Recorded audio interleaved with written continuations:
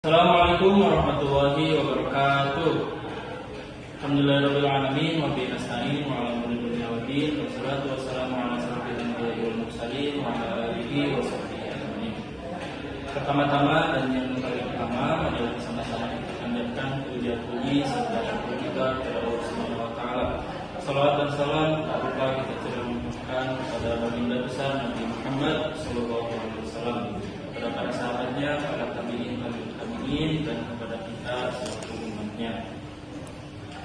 Teman-teman semua, kami dari kelompok 4 pasar uang dan modal akan menjelaskan mengenai analisis fundamental industri keuangan, teknologi, kesehatan dengan uji coba variabel EPS, DER, ROA, ROE, dan NPM pada periode 2018, 2019, 2020, 2021, dan 2022. Saya Ilham Ramadan dengan NIM 1219240095 sebagai moderator. Di sini saya tidak sendirian, ada teman-teman saya juga. Yang pertama itu adalah ada saudara Gunawan Wistandi dengan NIM 1219240086, kemudian ada saudari Hilda Yudiani dengan NIM 1219240091, yang terakhir ada saudari Nisa Mirata Anjana dengan NIM 1219240112. Oke, sebelumnya saya akan menjelaskan mengenai yang pertama itu adalah apa itu investasi.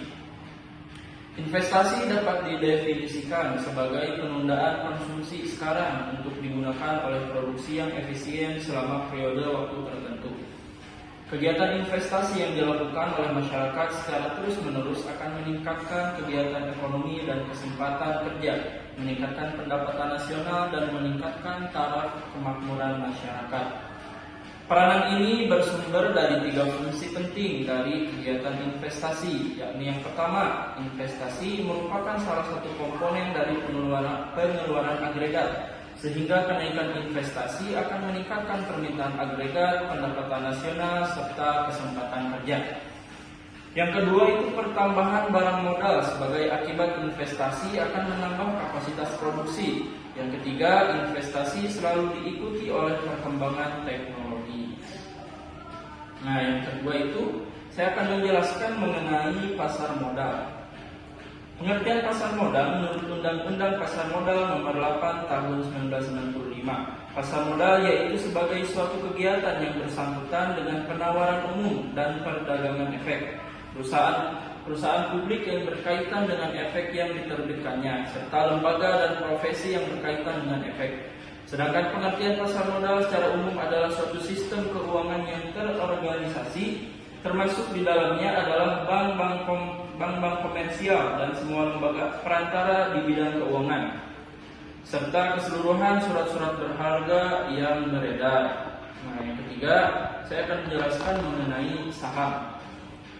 Saham dapat didefinisikan sebagai tanda penyertaan modal seseorang atau pihak badan usaha dalam suatu perusahaan atau perseroan terbatas. Dengan menyertakan modal tersebut, maka pihak tersebut memiliki klaim atas pendapatan perusahaan, klaim atas aset perusahaan, dan berhak hadir dalam rapat umum pemegang saham, yang disingkat dengan RUPS. Saham dapat dibedakan menjadi saham preferred dan saham biasa. Saham preferred adalah saham yang mempunyai kombinasi karakteristik gabungan dari obligasi maupun saham biasa. Karena saham preferred memberikan pendapatan yang tetap seperti halnya obligasi dan juga mendapatkan hak kepemilikan seperti pada saham biasa. Yang kedua itu adalah, sedangkan saham biasa adalah sekuritas yang menunjukkan bahwa pemegang saham biasa tersebut mempunyai hak kepemilikan atas aset-aset perusahaan. Oleh karena itu, pemegang saham mempunyai hak suara untuk memilih direktur ataupun manajemen perusahaan dan ikut berperan dalam pengambilan keputusan penting perusahaan dalam rapat umum pemegang saham. Kemudian pengertian analisis makroekonomi. Analisis makroekonomi terdiri dari analisis Gini rasio, analisis PDRB, analisis inflasi, pertumbuhan ekonomi, indeks kemiskinan, IPM, analisis ekspor, dan lainnya untuk mengukur pertumbuhan ekonomi suatu daerah. Kemudian, pengertian analisis industri. Pada dasarnya, analisis industri adalah penilaian peluang dan ancaman di lingkungan yang sangat kompetitif dan bisa memberikan dampak pada kesuksesan bisnis. Lingkungan bisnis yang kompetitif akan memberikan dampak pada profitabilitas suatu bisnis, yang pada akhirnya nanti akan memberikan dampak pada apa yang diperoleh perusahaan. Nah, yang terakhir itu adalah pengertian analisis data fundamental. Fundamental analisis adalah analisis yang digunakan untuk menilai saham perusahaan berdasarkan sisi ekonomi, industri, dan kondisi perusahaan. Taksiran harga saham akan diperoleh melalui fundamental analisis, di mana harga saham diramalkan oleh analisis ini menggunakan faktor-faktor fundamental baik ekonomi maupun perusahaan dan menghubungkan variabel-variabel tersebut. Nah, itu saja yang dapat saya sampaikan.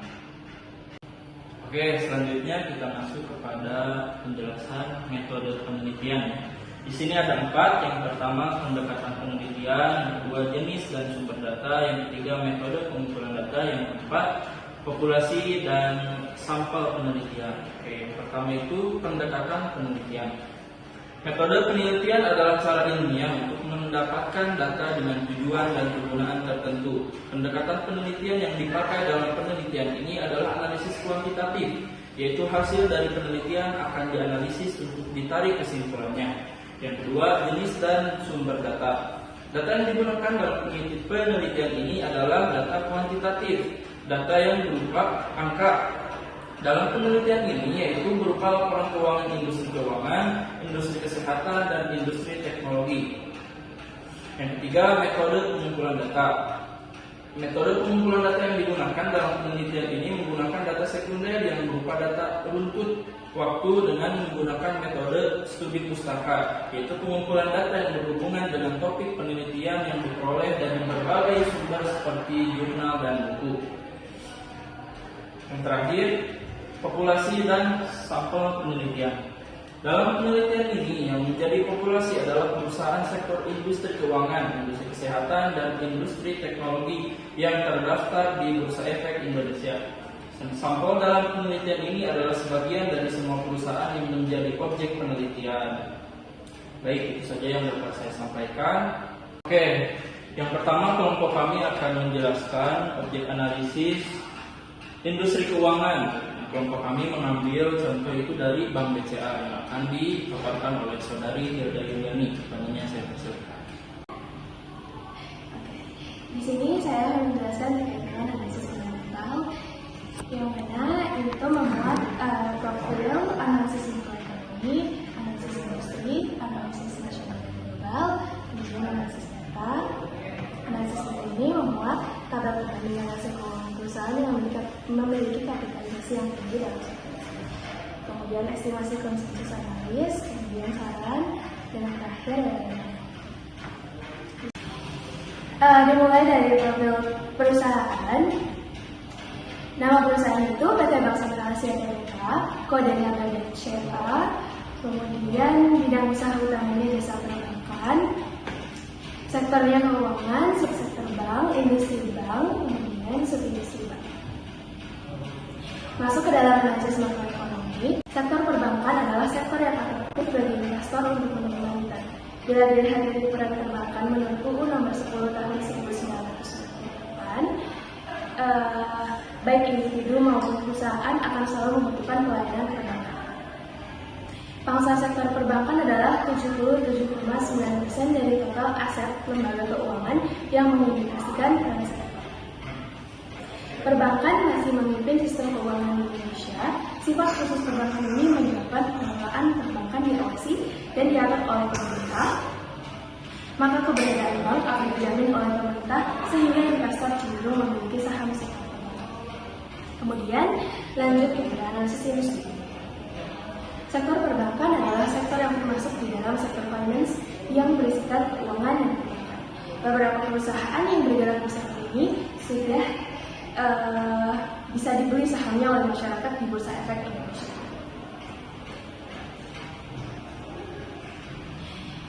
Contohnya seperti saham Bank Sentral Asia, saham Bank Rakyat Indonesia, saham Bank Mandiri. Kemudian selain bank-bank besar tersebut, sektor perbankan juga sempat menjadi perbincangan hangat di kalangan investor akibat kemunculan emiten-emiten bank digital di bursa. Beberapa bank digital yang sudah melandai dan dapat dibeli sahamnya oleh masyarakat adalah saham Bank Jago dan saham Bank Commerce. Meskipun bank digital fokus membangun new economy dengan berkolaborasi dan membentuk ekosistem, bank tradisional juga ikut berkolaborasi dengan fintech dan mengembangkan digital channel. Saham-saham di sektor perbankan memiliki bobot hingga 40% dari market cap IHSG. Nah, hal ini juga didukung di mana 5 dari 10 top market cap IHSG berasal dari sektor perbankan. 5 emiten tersebut adalah Bank Indonesia, Bank BRI, Bank Mandiri, Bank Jago, dan Bank BRI. Big 4 bank terdiri dari 4 bank terbesar di Indonesia dengan posisi yang kuat di mana keempat bank tersebut menguasai 25% kapitalisasi pasar IHSG. Kategori ini terdiri dari saham Indonesia, saham BRI, saham BNI, dan saham BBNI. Saham BBCA memiliki market cap sebesar 995,4 triliun rupiah. Hal ini membuat saham BBCA menjadi saham bank dengan market cap terbesar di Indonesia di antara bank lainnya. Kemudian lanjut kepada analisis nasional dan global. Setelah tadi disampaikan kinerja fundamental bank tadi, BBRI, BRI, dan BBCA menjadi bank dengan laba terbesar tertinggi pertama, kedua, dan ketiga di RI per kuartal 3 2023. Demikian pula ketiganya juga menjadi emiten dengan laba terjumbo nomor wahid, kedua, dan ketiga di periode 9 bulan di tahun ini. Menguatnya The Big Four di atas menjadi angin segar untuk IHSG yang sedang minim katalis positif akhir-akhir ini. Apalagi aliran dana asing berperan penting untuk pergerakan saham-saham big cap tersebut, dan pada gilirannya bagi IHSG juga, kendati investor masih akan melihat lebih lanjut seberapa deras perubahan lama aliran dana asing kembali masuk ke pasar saham. Kemudian masuk ke analisis data, di mana ini memuat data tabel perbandingan hasil keuangan perusahaan yang memiliki kapitalisasi yang tinggi dalam satu industri. Perusahaan BBCA dan BRI menjadi objek analisis di dalam buku ini. Berdasarkan tabel 5.1 dapat disimpulkan bahwa EPS yang inkonsisten adalah emiten dengan kode BBCA pada periode waktu 2018 hingga 2022. Berdasarkan tabel 51 di atas, dapat disimpulkan bahwa EPS yang inkonsisten adalah emiten dengan kode BBCA pada periode waktu 2018 hingga 2022 masih berada pada nilai yang cukup tinggi. Memasuki periode 2021 hingga 2022, nilai tersebut turun cenderung jauh dari angka dan nilai sebelumnya. Dengan fluktuatif penurunan dari peringatan BRI menunjukkan performa konstan dalam kurun waktu 2018 hingga 2019. Periode tahun 2020, BRI mengalami penurunan, kemudian pada 2021 hingga 2022 mengalami peningkatan yang cukup signifikan. Hal ini menandakan keefektifan BBCA berada pada posisi yang cukup curang dibandingkan dengan BRI. Pada data di atas menunjukkan performa DER, lonjakan yang tampak pada emiten BBCA terjadi dalam periode tahun 2022. Dalam periode waktu 2018 hingga 2021, nilai DER cukup konsisten. Lonjakan tersebut memiliki dampak buruk terhadap kinerja perusahaan karena tingkat utang yang semakin tinggi menandakan beban bunga perusahaan akan semakin besar dan mengalami keuntungan. Dalam tabel tersebut menunjukkan bahwa BRI memiliki nilai DER yang stagnan, tidak mengalami lonjakan yang signifikan. Ini menunjukkan performa perusahaan yang cukup sehat pada kurun waktu 2018-2019. ROA dan emiten dari emiten kode BBCA tidak mengalami penurunan, tetapi memasuki periode 2020 hingga 2021, ROA mengalami kondisi yang cenderung menurun. Namun pada 2022 mengalami peningkatan sehingga dapat dikatakan semakin besar ROA, maka semakin baik pula kinerja dari perusahaan terkait. ROA yang baik adalah 1,5%. Perusahaan dari kode emiten BBRI cenderung mengalami peningkatan dan dalam hal ini PBCA memenangkan kategori roll up. Dengan tingginya tingkat peningkatan nilai yang signifikan, menurut standar BI, ROA lebih dari 12% dapat dikatakan baik.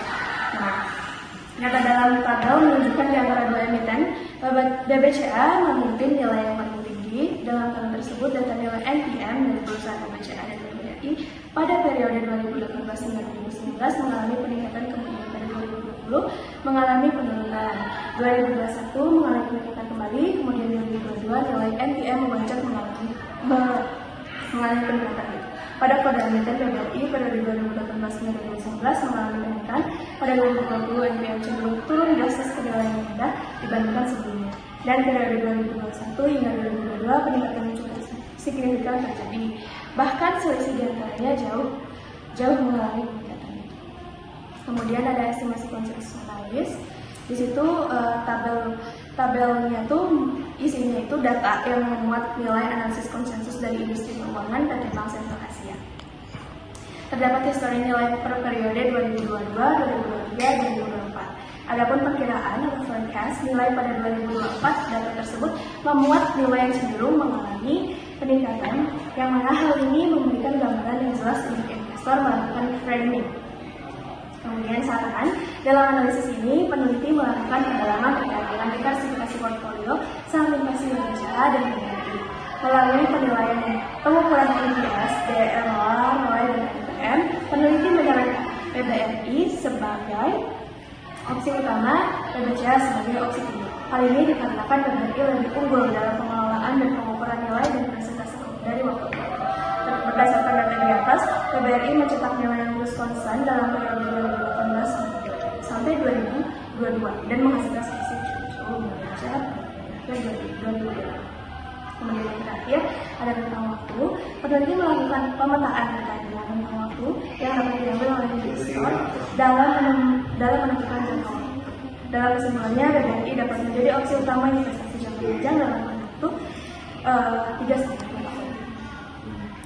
Nah, yang kedua itu kelompok kami akan menjelaskan objek analisis mengenai industri teknologi. Nah, contohnya itu adalah perusahaan Goto, PT Goto, Gojek, Tokopedia, Tbk yang akan dijelaskan oleh Saudara Gunawan Islami. Kepadanya saya kasih. Pada industri teknologi, kelompok kita mengambil contoh perusahaan Goto atau PT Goto Gojek, Tokopedia, Tbk. Yang pertama, profil dari perusahaan Goto ini namanya PT Goto Gojek Tokopedia Tbk. Kode Goto, bidang usaha utama perusahaan induk dan penyediaan uang digital yang mengintegrasikan on-demand service, e-commerce, dan produk digital serta finansial teknologi service secara langsung maupun tidak langsung melalui entitas-entitas di dalam usaha, lalu sektor teknologi, subsektor perangkat lunak dan jasa TI. Lalu yang kedua, analisis makroekonomi. Menurut kajian terbaru Lembaga Penyelidikan Ekonomi dan Masyarakat Fakultas Ekonomi dan Bisnis Islam Universitas Indonesia atau LPM FEBUI, grup Goto diestimasi memberikan nilai tambah sekitar 349 sampai 428 triliun terhadap perekonomian nasional, setara dengan 1,8 sampai 2,2% PDB Indonesia tahun 2022. Lalu poin selanjutnya, yang ketiga, analisis industri. PT Goto Gojek Tokopedia Tbk atau Goto adalah perusahaan induk yang bergerak di bidang layanan digital dengan 14 anak perusahaan di Indonesia dan beberapa negara lainnya. Perusahaan menyediakan pelayanan transportasi on demand Gojek, e-commerce Tokopedia, dan layanan keuangan Goto Finansial. Perusahaan ini didirikan pada tanggal 15 Desember 2015 sebagai PT Aplikasi Karya Anak Bangsa, tetapi perusahaan mengakuisisi PT Tokopedia pada tahun 2021 dan bersama-sama mereka menjadi Goto. Saat ini ada 55 juta pengguna yang menggunakan layanan yang disediakan oleh Goto. Lalu yang keempat, analisis nasional dan global. Emiten teknologi PT Goto Gojek Tokopedia Tbk menyampaikan akan terus mempertahankan posisi pasarnya di Singapura dan Vietnam. Strategi itu ditempuh perseroan meskipun saat ini tengah fokus untuk mengejar profitabilitas PT Kustodian Sentral Efek Indonesia atau KSEI. Mencatat Citibank Singapura menjadi pemegang saham PT Gotoh Gojek Tokopedia Tbk sebanyak 68,71 miliar saham atau 5,8% per 2 Desember 2022. Berdasarkan data pemegang saham Gotoh, satu-satunya pemegang saham asal Singapura hanya SPF GT Subco Singapura yang beralamat di Capita Green Singapura dengan kepemilikan sebanyak 103,12 miliar saham atau 8,71% saham Gotoh. Yang kelima, analisis data bisa dilihat di tabel perbandingan rasio keuangan perusahaan yang memiliki kapitalisasi yang tinggi dalam satu industri. Berdasarkan data komparasi tersebut dimulai dari periode 2021 sampai 2022 yang hal tersebut dikarenakan merger Gotoh dilakukan pada tahun 2021. Karenanya, penelitian melakukan pengurangan periode yang semula 5 tahun khusus pada industri teknologi hanya 2 periode. Data dalam tabel tersebut menunjukkan EPS dari perusahaan Gotoh periode 2021-2022 negatif. EPS yang negatif menunjukkan perusahaan mengalami kerugian atau bahkan kegagalan dalam memberikan keuntungan sebagai hak pemegang saham. Berdasarkan data di atas, dalam data EPS koperasi DCII bernilai positif. Data DER dalam kajian di atas menunjukkan bahwasanya nilai antara Gotoh dan DCII dalam periode yang sama mengalami selisih yang cukup jauh. Dapat disimpulkan Gotoh lebih unggul dibandingkan DCII. Hal ini terjadi pada periode 2021-2022. ROA pada korporasi BBCA mengalami kecenderungan yang negatif dibandingkan dengan koperasi pembandingan. Ini terjadi pada periode 2021-2022. ROA terjadi hal yang sama. DCII memenangkan nilai perbandingan dengan Gotoh. ROE minus artinya perusahaan tersebut tidak mampu menghasilkan profit sesuai ekspektasi. NPM dalam periode 2021-2022 pada perbandingan Gotoh dan DCII, perolehan DCII lebih unggul dibandingkan Gotoh. Selisih yang terjadi cenderung sangat jauh. Lalu selanjutnya 5,2 estimasi konsensus analisis. Pada tabel merupakan data yang memuat nilai analisa konsensus dari industri teknologi PT Gotoh Gojek Tokopedia Tbk. Terdapat histori nilai periode 2022, 2023, 2024. Adapun perkiraan nilai pada 2024 data tersebut memuat nilai yang cenderung mengalami penurunan, yang mana hal ini memberikan gambaran overview untuk interview melakukan framing. Lalu saran. Dalam analisis ini, penelitian melakukan pendalaman terkait dengan diversifikasi portofolio saham investasi Gotoh dan DCII. Lalu penelitian dan pengukuran EPS, DER, ROA, ROE, dan NPM. Peneliti menyarankan DCII sebagai opsi utama dan Gotoh sebagai opsi kedua. Hal ini dikarenakan DCII lebih unggul dalam pengelolaan dan pengukuran nilai dan persentase dari waktu ke waktu. Berdasarkan data di atas, DCII mencetak nilai yang konstan positif dalam periode 2021 dan 2022. Lalu yang terakhir tentang waktu, peneliti melakukan pemetaan terkait dengan tentang waktu yang dapat diambil oleh investor dalam menentukan jangka waktu. Dalam menyimpulkan DCII dapat menjadi opsi utama investasi jangka panjang dalam kurun waktu 5 tahun. Perkiraan ini berdasarkan segala referensi peneliti, mengingat DCII mampu berkontribusi positif terhadap percepatan industri teknologi dalam era yang dinamis. Prospek masa depan dari korporasi DCII dapat ditanggapi secara positif. Terima kasih. Selanjutnya akan dijelaskan objek analisis mengenai industri kesehatan yang akan dijelaskan oleh saudari Lisa Milanta Anjana. Kelompok kami mengambil contoh itu adalah dari PT Kimia Farma Tbk. Kepada Lisa saya persilakan. Industri yang ketiga akan mengambil dari industri kesehatan, tepatnya perusahaan Kimia Farma, yang mana Kimia Farma ini berdiri pada tahun 1871, namun aktenya baru dirilis pada tahun 1971, tepatnya pada tanggal 16 Agustus, dengan nama awal NV Chemical Handle Chem dan CEO-nya milik Belanda. Nah, maksud dan tujuan dari berdirinya dari PT Kimia Farma ini untuk menyediakan barang dan jasa yang bermutu tinggi dan berdaya saing kuat, khususnya bidang industri farmasi, healthcare, kimia, biologi, alat kesehatan, makanan dan minuman, serta optimalisasi pemanfaatan sumber daya yang dimiliki untuk mengejar keuntungan guna meningkatkan nilai dengan penerapan prinsip-prinsip persaingan terbatas. Nah, untuk bidang usaha bisnis lain, yang pertama ada pertambangan yodium, yang kedua industri minyak mentah dan minyak nabati, kemudian industri kimia dasar anorganik lainnya, industri kosmetika termasuk pasta gigi, industri produk farmasi untuk manusia, industri produk obat tradisional, perdagangan besar coklat, gula dan kembang gula, perdagangan besar minuman dan alkohol bukan susu, dan masih banyak juga yang lainnya. Kepemilikan saham dari PT Kimia Farma ini oleh pemerintah Indonesia, yang mana satu lembar saham seri A Biowarna 0,00%, PT Bio Farma Persero 90,025%, publik masing-masing kurang dari 5%, yakni 9,896%, kemudian manajemen dan karyawan ini sebesar 0,079%. Perusahaan Kimia Farma juga sudah tercatat di Bursa Efek Indonesia, tepatnya di Bursa Efek Jakarta dan Bursa Efek Surabaya pada tanggal 4 Juli 2001, yang mana kode sahamnya ini KAEF.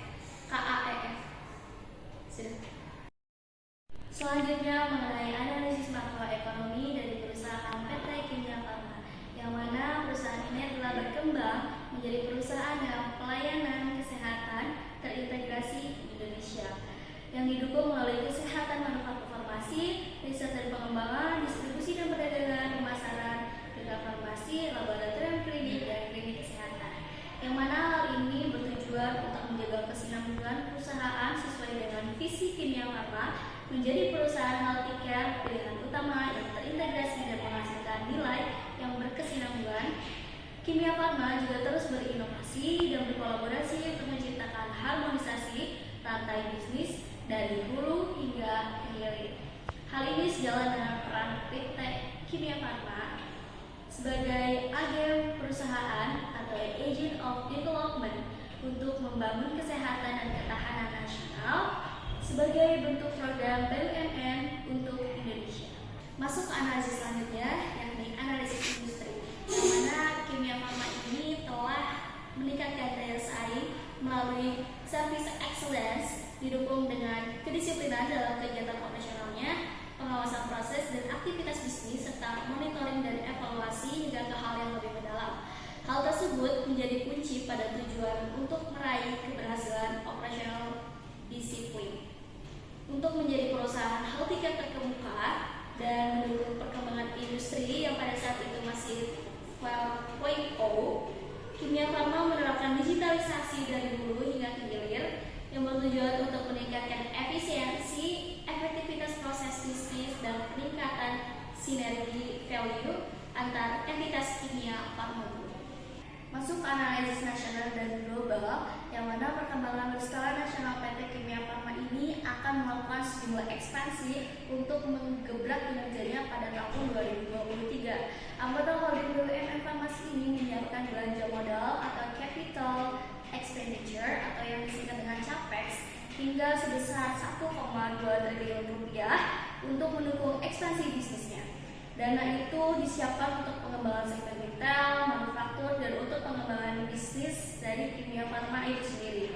Nah, strategi pengembangan bisnis di Kimia Farma ini dilakukan dengan mengakselerasi inovasi produk dan layanan serta penguatan bisnis dari perusahaan tersebut. Salah satu bentuk pengembangan bisnisnya, KAF ini menguatkan portofolio end-to-end bisnis dan mengembangkan kategori produk vitamin, mineral, dan suplemen. Selain itu, Kimia Farma melakukan strategic partnership dengan institusi lokal dan global serta mengembangkan produk-produknya di anatomical therapeutic class 2. Selanjutnya masuk ke analisis data, yang mana kami sudah menyiapkan tabel dari perbandingan rasio keuangan perusahaan yang memiliki kapitalisasi yang tinggi dalam satu industri. Nah, berdasarkan tabel yang sudah tertera, EPS kode emiten pada KAF ini pada periode 2018 hingga 2019 mengalami penurunan, sama dengan pada tahun 2021 hingga 2022 nilai EPS juga dapat dikatakan negatif. Karena selama sebelumnya pada tahun 2021 ini sempat mengalami peningkatan yang relatif tinggi. Pada kode emiten PRDA, EPS pada 2018 sampai dengan 2019 mengalami peningkatan. Kemudian pada periode 2020 hingga 2021 mengalami peningkatan yang cukup signifikan. Pada 2022 penurunan EPS sangat tinggi. Dalam analisis DER tahun 2018 hingga 2022 pada kode emiten korporasi PRDA memiliki DER yang dapat dikatakan ada di posisi aman. ROA KAF pada periode 2018 terbilang cukup maksimal dan dapat dikatakan cenderung positif. Kemudian pada periode 2019 mengalami penurunan hingga mencapai minus. Pada periode 2021 ada peningkatan, tetapi ada penurunan kembali pada tahun 2022. Kemudian ROA pada kode emiten PRDA periode 2018 hingga 2021 pada periode 2021 lonjakan meningkat, pada 2022 mengalami penurunan yang cukup jauh.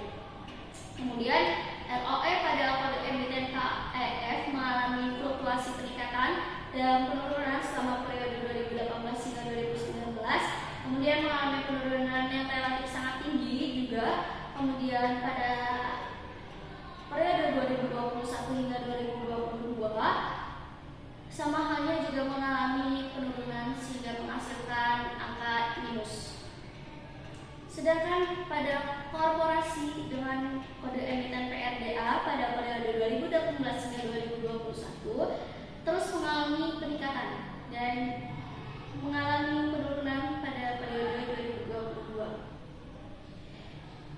Nah, NPM pada periode 2018 hingga 2021 ini mengalami penurunan hingga kepada angka yang minus pada periode 2022.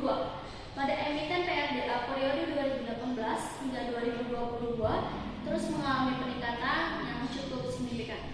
Selanjutnya mengenai estimasi konsensus analis, yang mana kami tidak mendapatkan data pendukung yang akurat sehingga kami tidak bisa melanjutkan analisis tersebut. Tapi di samping pembahasan itu terkait dengan diversifikasi portofolio saham investasi KF dan PRDA melalui penilaian dan pengukuran EPS, DER, ROA, ROE, dan NPM, kami menyarankan PRDA sebagai opsi utama dan KF sebagai opsi kedua. Hal ini dikarenakan PRDA lebih unggul dalam pendekatan EPS fluktuasi yang terus konsisten tetap bernilai positif. Kemampuan pengukuran ini dan presentasi dari waktu ke waktu berdasarkan data yang kami jelaskan tadi, PRDA mencetak nilai yang konstan positif terhitung dalam kurun waktu 5 tahun berturut-turut. Selain itu, kami juga melakukan pemetaan terkait dari rentang waktu yang dapat diambil oleh investor dalam menentukan jangka waktu. Nah, dalam kesimpulannya, PRDA dapat menjadi opsi utama investasi jangka pendek dalam kurun waktu 1 tahun. Nah, tadi sudah dijelaskan ya oleh teman-teman saya. Yang pertama itu industri keuangan, contohnya Bank BCA. Yang kedua itu industri teknologi, contohnya perusahaan Botol. Yang ketiga itu industri kesehatan, contohnya Kimia Farma. Nah, di sini saya akan menjelaskan mengenai hasil penelitiannya. Industri yang pertama, pada industri ini penelitian melakukan analisis industri keuangan perusahaan PT Bank Sentral Asia Tbk. Penelitian ini melakukan komparasi dengan PT Bank Rakyat Indonesia Tbk berdasarkan data yang tersaji di dalam tabel 5.1 yang membuat nilai dan data yang valid terkait dengan perolehan yang didapat secara periodik. Nilai EPS dari perusahaan dengan kode emiten BBCA semula itu Rp 1059,64 per lembar saham, turun drastis di akhir periode menjadi Rp 333,9 per lembar saham. Hal itu berdampak terhadap prospek penilaian investor pada tahun 2023. Dalam hal ini, EPS dari perusahaan dengan kode emiten BBRI berada pada nilai yang cukup konstan, meskipun relatif kecil, fluktuasi penurunan dan peningkatan tidak terlalu jauh. Hal ini dapat menunjukkan perusahaan dapat mengendalikan laju investasi yang terintegrasi. Pada kode emiten, BBCA mengalami lonjakan tinggi pada akhir periode 2022. Angka tersebut mencapai 49,15. Hal tersebut berdampak pada lonjakan ROE yang mana menguntungkan untuk para investor, tetapi penurunan performa perolehan perusahaan dan atau mengalami kerugian. Hal tersebut berdampak signifikan terhadap performa perusahaan. Oke, kemudian hasil penelitian industri yang kedua. Pada industri ini, penelitian melakukan analisis industri teknologi perusahaan PT Goto, Gojek, Tokopedia Tbk berdasarkan data yang tersaji di dalam tabel 5.1 yang memuat data nilai dan akuntabilitas yang valid terkait dengan perolehan yang didapat secara periodik.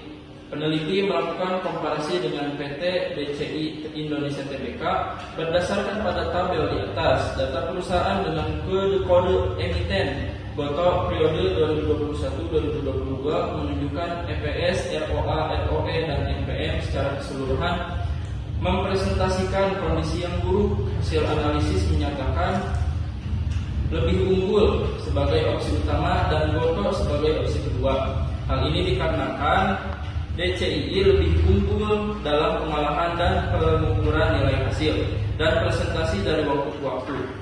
Berdasarkan data di atas, DCII mencetak nilai yang terus konstan dalam periode 2021 dan 2022, serta melalui penilaian NPM, DCII menghasilkan selisih yang cukup jauh dengan Goto pada periode akhir 2022.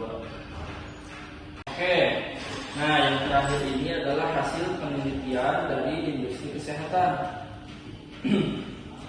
Pada industri ketiga, peneliti melakukan analisis industri kesehatan. Perusahaan PT Kimia Farma Tbk berdasarkan data yang tersaji di dalam tabel 6.1 yang memuat nilai dan data yang valid terkait dengan perolehan yang didapat secara periodik.